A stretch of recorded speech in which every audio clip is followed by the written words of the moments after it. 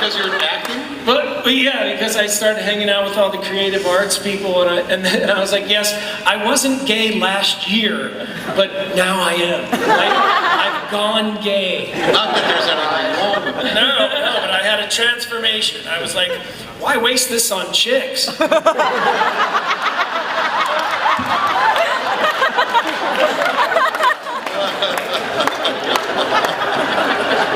Warehouse 13, everybody. I know, for me, it was like, I started off as a kid in theater, and I had never played a role, ever, that was that long. I was on Frasier for like a couple of years, but it was intermittent.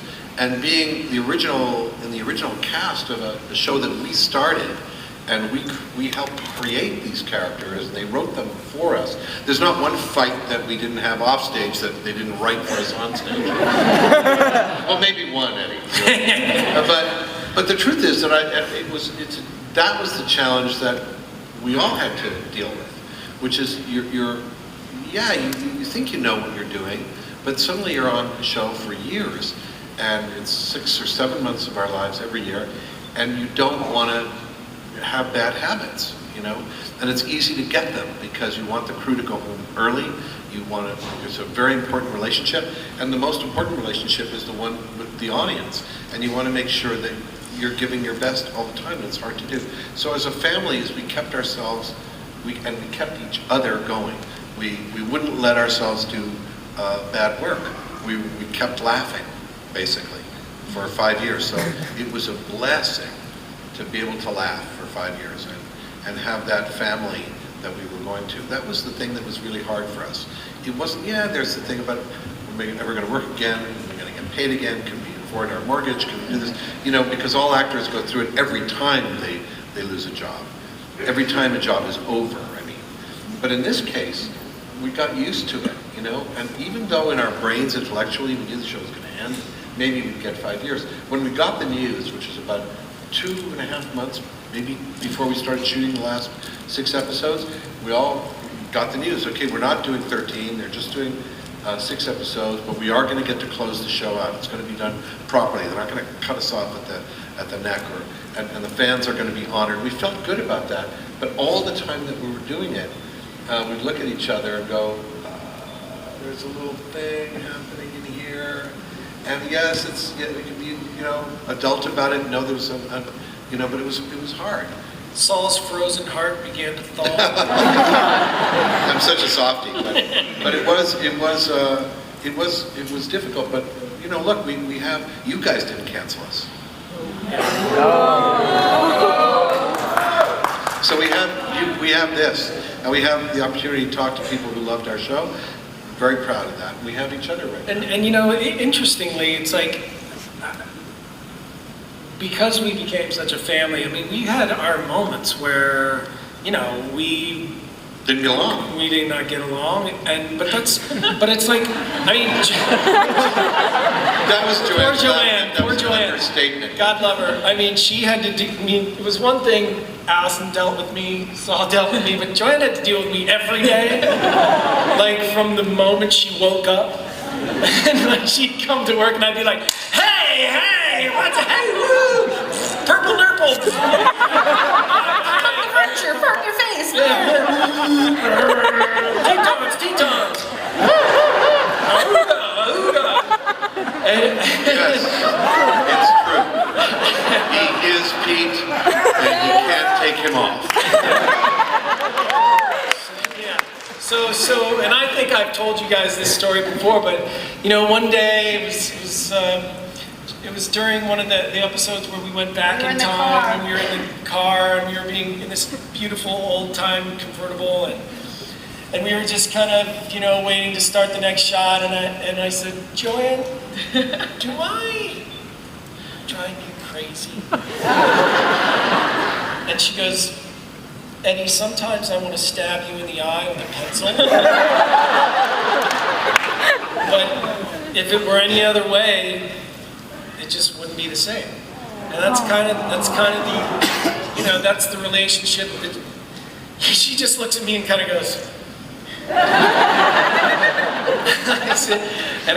I accept that, and just we don't see each other, we don't talk sometimes, we see each other, but I always know that, you know, for me personally, when I see these people... No, it's just you. Just me.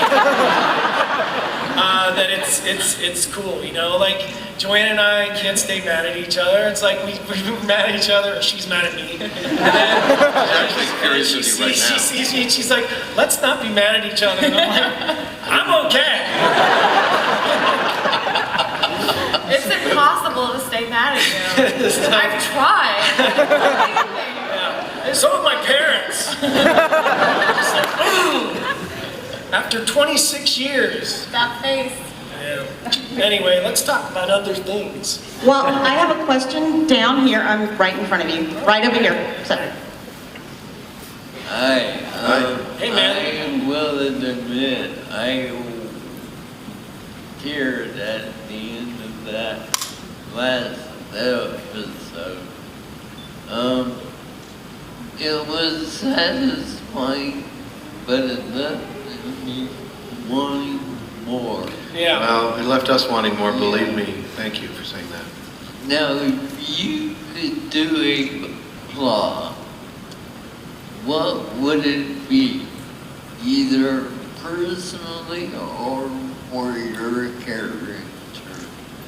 If we could do, I'm sorry. You could do a plot. If you could do a story, what would it be? Either for you as your character or just you personally? I mean, I kept pitching the Cialis episode. Shocking. No. You know, like John, Pete's walking down the aisle and he sees like a John Holmes, you know, penis pump. And I pitched it. Parents, it's not my fault. You know, like Pete walks in the room, bow, chicka, bow, bow. And Mike is like, but they said no. Never. Can't imagine why. So that's mine. I used to lob pitches at the writers all the time. They never took me seriously, except for when I asked them. No, I like really whined about them letting me play music, and they finally obliged. I pitched like the stage door of CBGB's. Once you went in, it was 1975, and you couldn't get out. But what's so dangerous about that? Believe me, if we kept going, they would have taken it. Well, what have you got? We're out of ideas. What? But no, but they were, you know, it was hard to say what would fulfill a fantasy because they were fulfilled. I mean, we really got to do it. One of the great thing about it was we weren't doing a procedural. And I have friends who are on procedurals and their shows. I like procedurals. What's a procedural? You know, a comedy show where it's it's really a routine. You know what to expect and you feel good about it. I mean, people like those shows because they're comfort food. You know what to expect. But we got to dance on a knife edge. I mean, every scene was whether we could fall from tears to danger to something thrilling to pratfalls to Eddie farting, which they would keep in the shot. A little bit. Eddie would fall, and then he would fart, and it would be in the episode. I hated the car scenes. I really hated the car scenes. I got that I'm feeling, girl. a little gassy. You know, so it's hard to say. We really had a great gift, aside from the fact that, you know, as actors we had a steady job. It was we really liked the show. That doesn't always happen. A lot of you go, why is that actor so unhappy and talking out loud about it on Twitter? Why? You know? I never did that.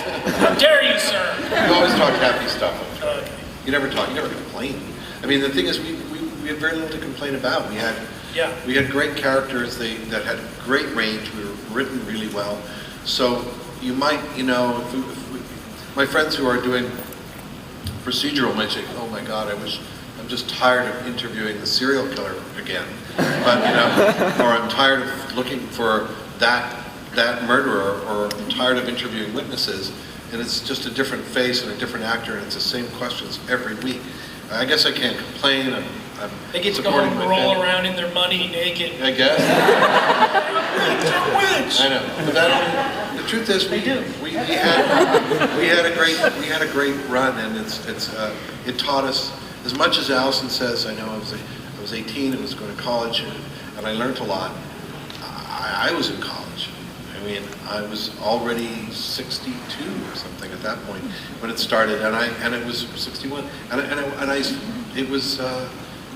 it was refreshing. It was like I was a kid again. It was all new to me, and I loved every minute of it. And it was, you know, we knew it was going to be over, and it would just add so much to our lives that happened, and that we got to share all that. Look at the turnout here. This is amazing. Thank you so much. Makes us feel good.